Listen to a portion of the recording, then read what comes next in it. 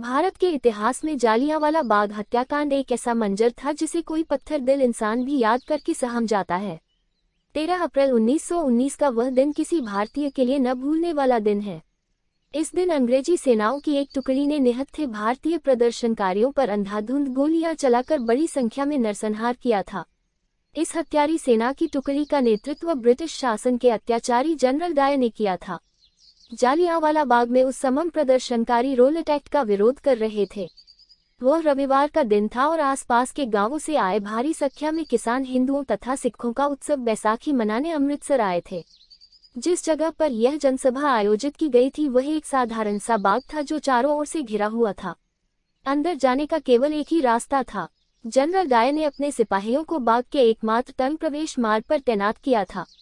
बाग साथ साथ सटी ईंटों की इमारतों के पिछवाड़े की दीवारों से तीन तरफ से घिरा था।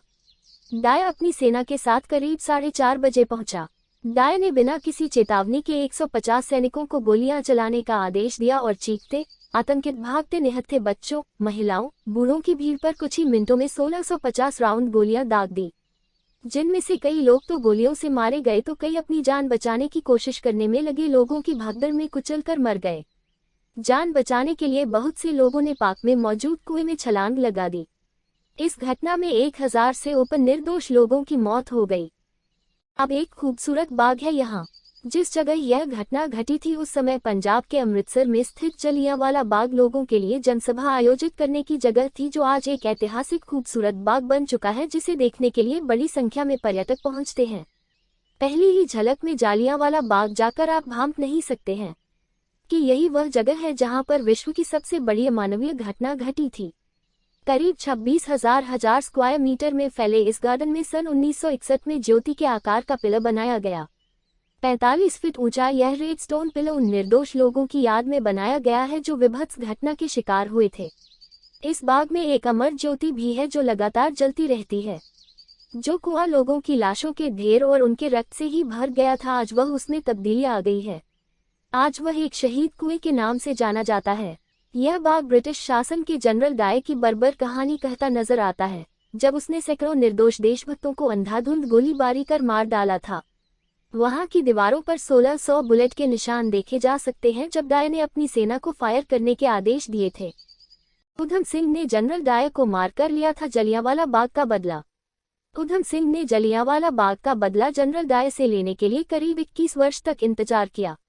जब उन्हें मौका मिला तो इसको उन्होंने हाथ से जाने नहीं दिया।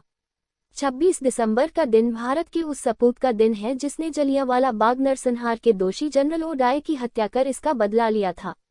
इस सपूत का नाम सरदार उधम सिंह, पंजाब के संगरूर जिले के सुनाम गांव में 26 दिसंबर 1899 को जन्मे उधम सिंह जलियांवाला बाग नरसंहार के प्रत्यक्षदर्शी थे। अपने जन्म के 2 वर्ष के अंदर ही उन्होंने अपने माता और 8 वर्ष की आयु में पिता को खो दिया था।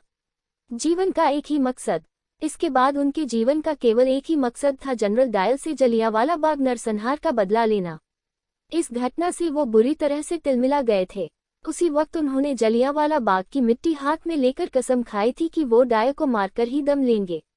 देश को आज़ाद कराने और जनरल डायर को मारने का जुनून उन पर इस कदर व्याप्त था कि उन्होंने अपना नाम ही बदलकर मोहम्मद सिंह आज़ाद रख लिया था।